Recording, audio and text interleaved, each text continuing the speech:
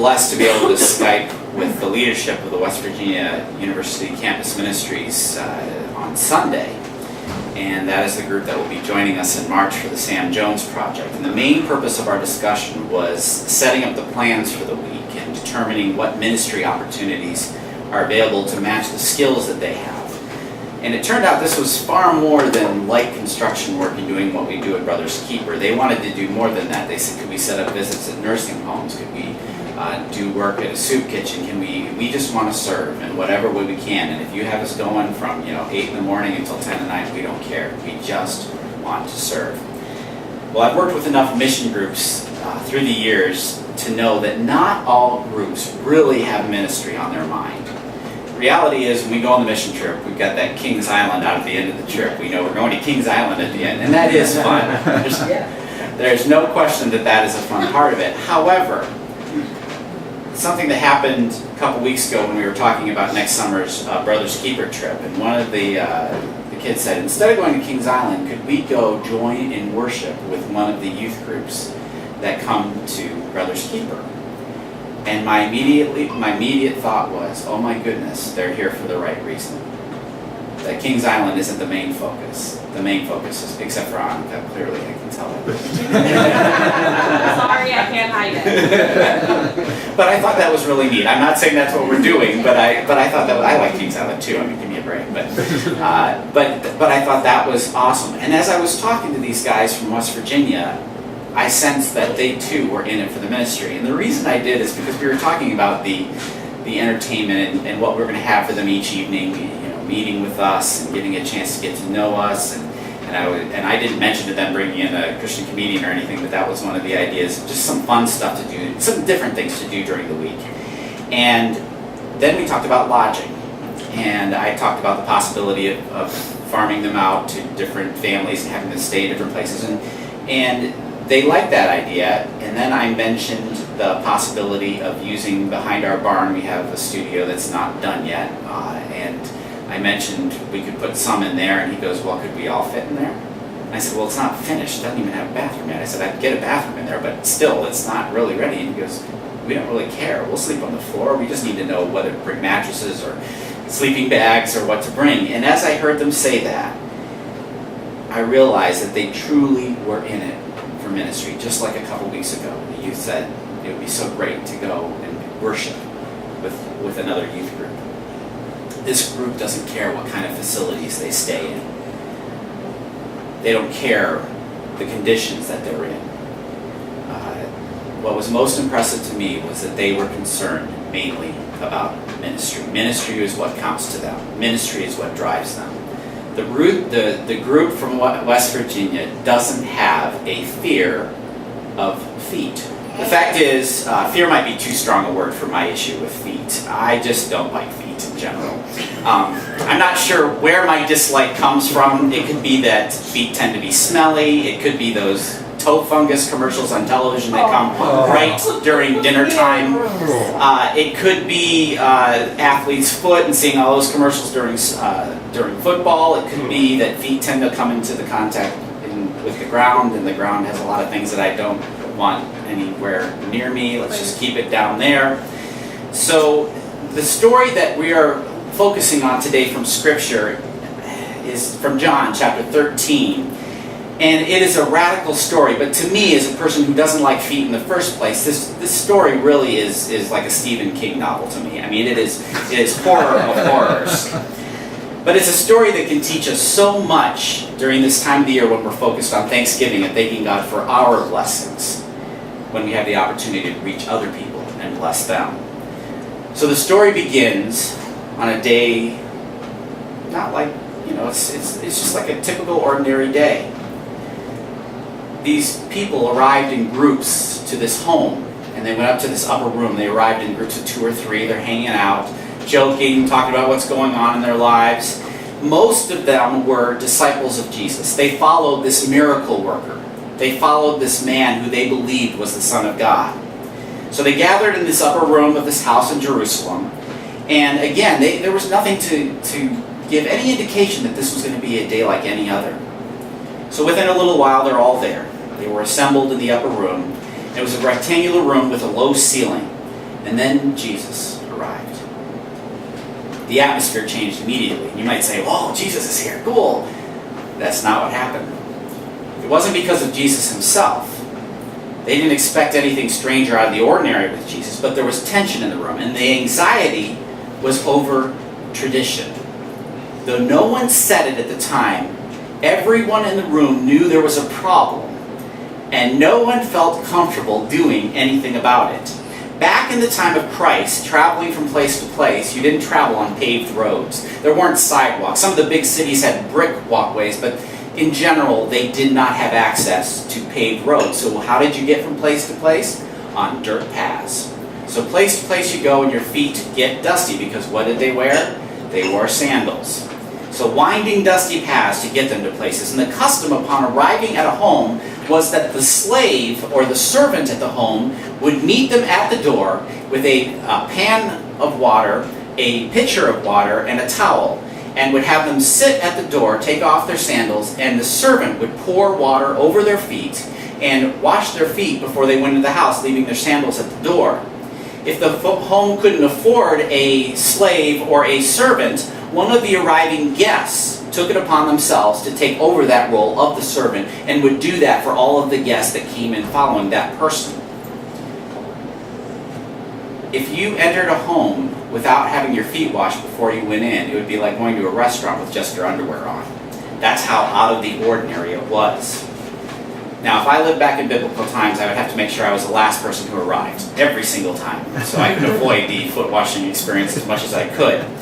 But arriving late wouldn't really solve my problem, because I'd still have to have my feet washed. And not only do I not like to touch other people's feet, I don't want anybody touching my feet. So, the group is gathered. And in their excitement, no one has even thought about washing of the feet. And then Jesus arrives. The hush falls over the group. And in their excitement to see each other, they simply forgot that they needed to wash each other's feet. So what will they do? Well, Simon Peter, among the group, had a fear of feet, as you will see.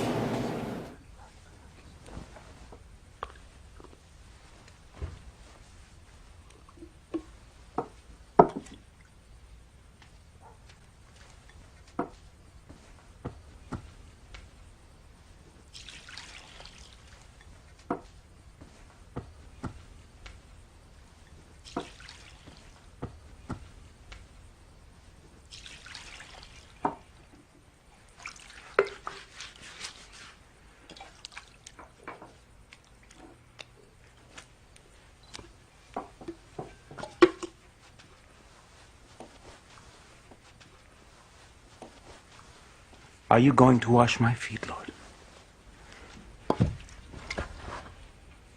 You do not understand now what I am doing, but you will understand later. Never, at any time, will you wash my feet. If I do not wash your feet, you will no longer be my disciple. Lord, do not wash only my feet, and wash my hands and head too. Those who have taken a bath are completely clean and do not need to wash themselves, except for their feet. All of you are clean.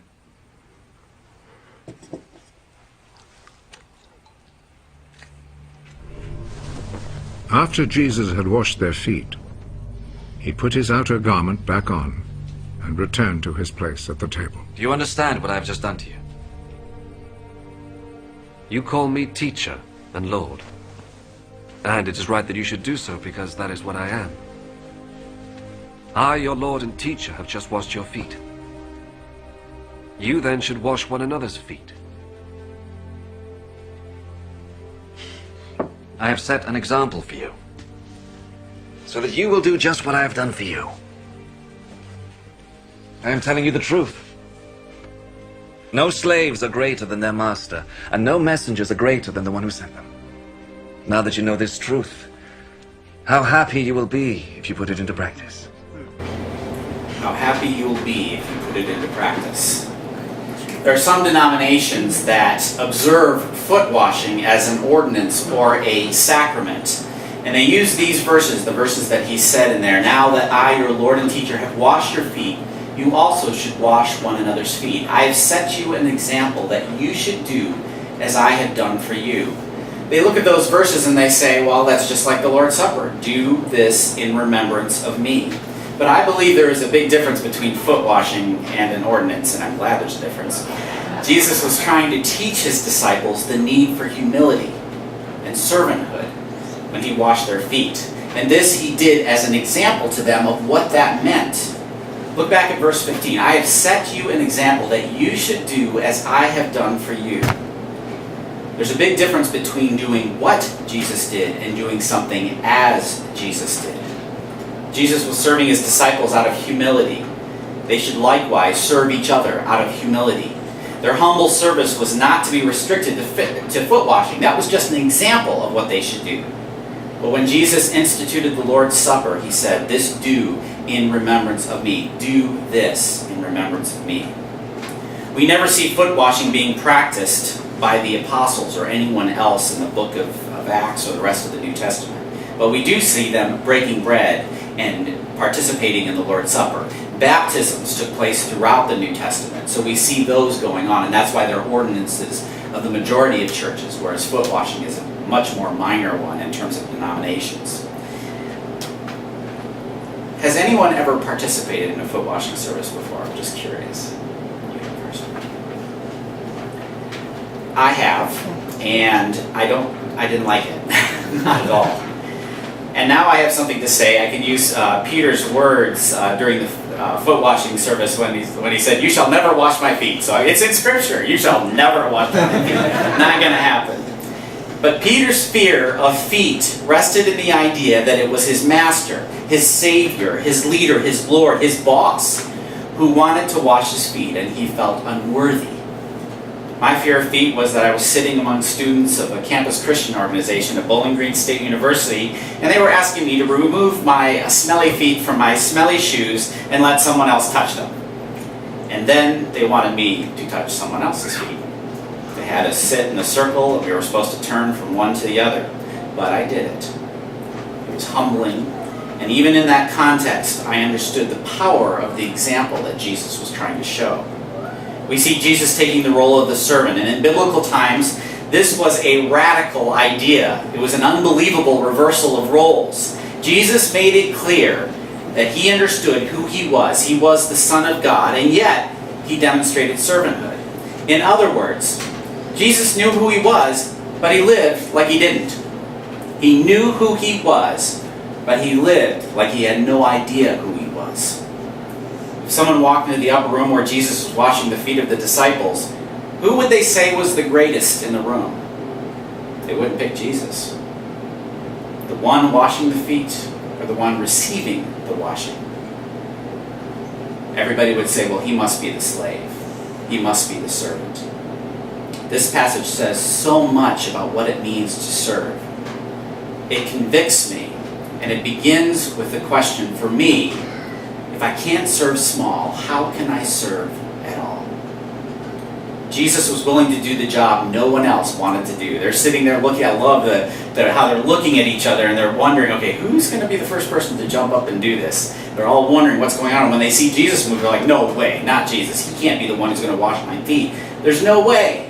Feet are dirty. This wasn't a job for the Son of God. This was a job for the servant. And every disciple in that room did not want to take the role of the servant. They all had a fear of feet. It was a menial job. It was an insignificant task. It was something small. But isn't that what God's calling us to do? Many of you may remember Dave Thomas, who was the beloved founder of Wendy's Hamburgers. In one of his annual corporate reports, the picture of him alongside his little statement to the corporate folks, there was a picture of him holding a mop and a bucket. This wasn't a joke, it wasn't a gag. He wanted to lead by example. At Wendy's, an MBA doesn't mean a Master of Business Administration. It means mop bucket attitude. Doesn't matter what position you have at Wendy's, they want you all to have the same attitude, that of serving. Mop bucket attitude. I don't know if you've seen the show Undercover Boss on television, but the basic premise is that the boss, the head of these multinational corporations, national corporations, disguises themselves and ends up working in one of the places they own.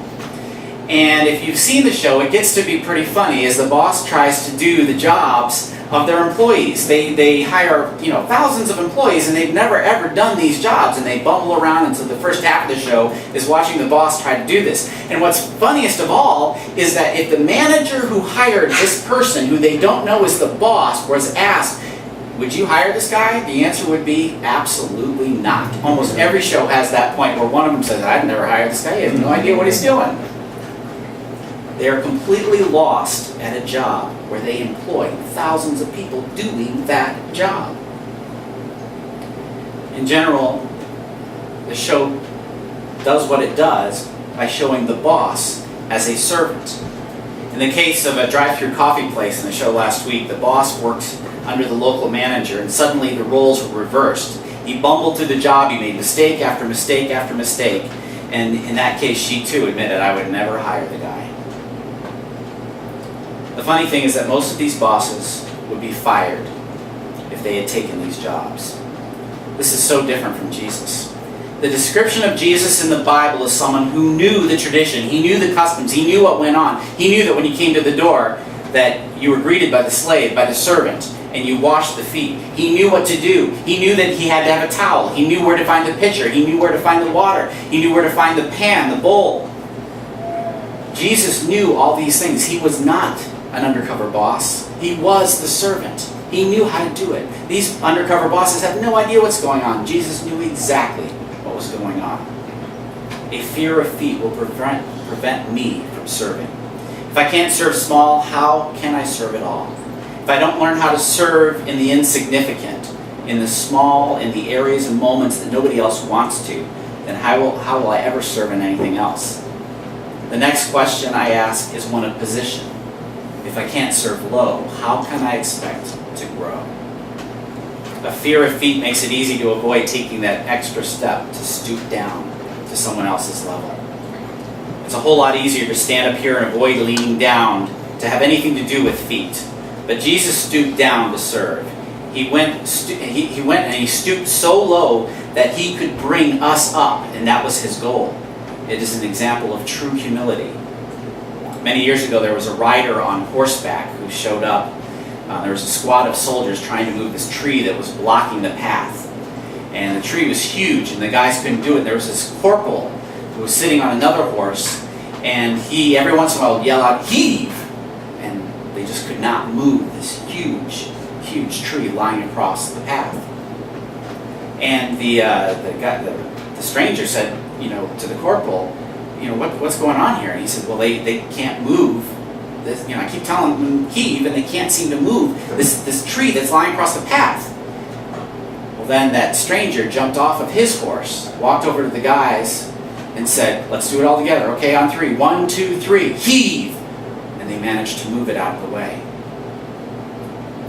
That man got back up on the horse, and he said, next time that you have a problem and you can't move something, just call the commander-in-chief. The man who did that?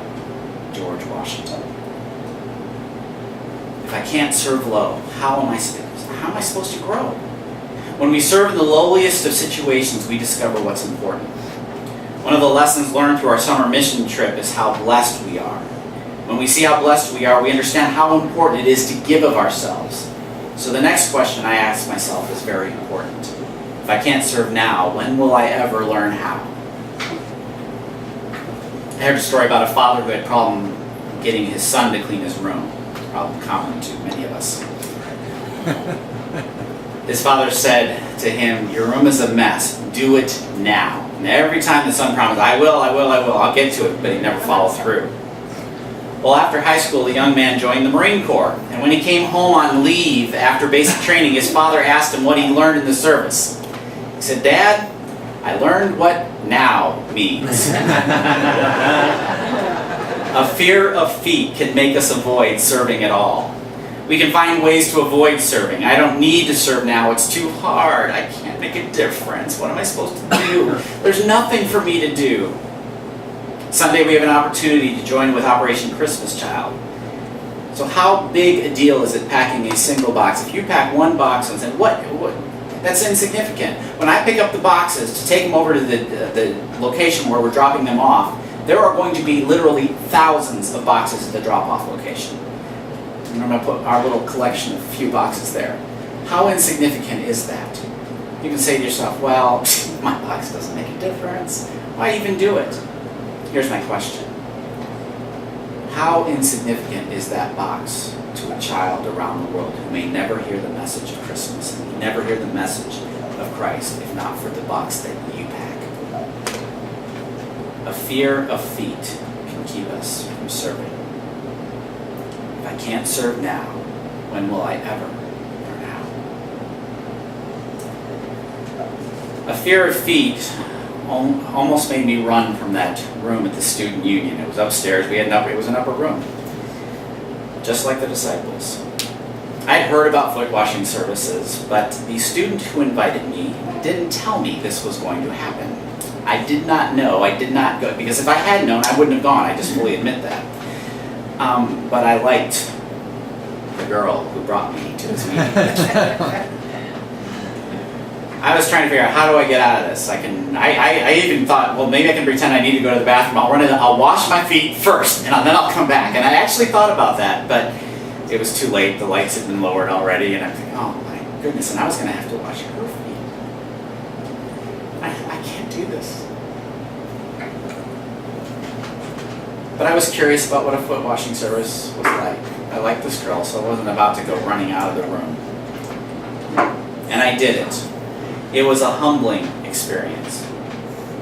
But a fear of feet can do that to us. It can keep us from finding out what it means to serve. Serving isn't always pretty. Serving isn't always nice.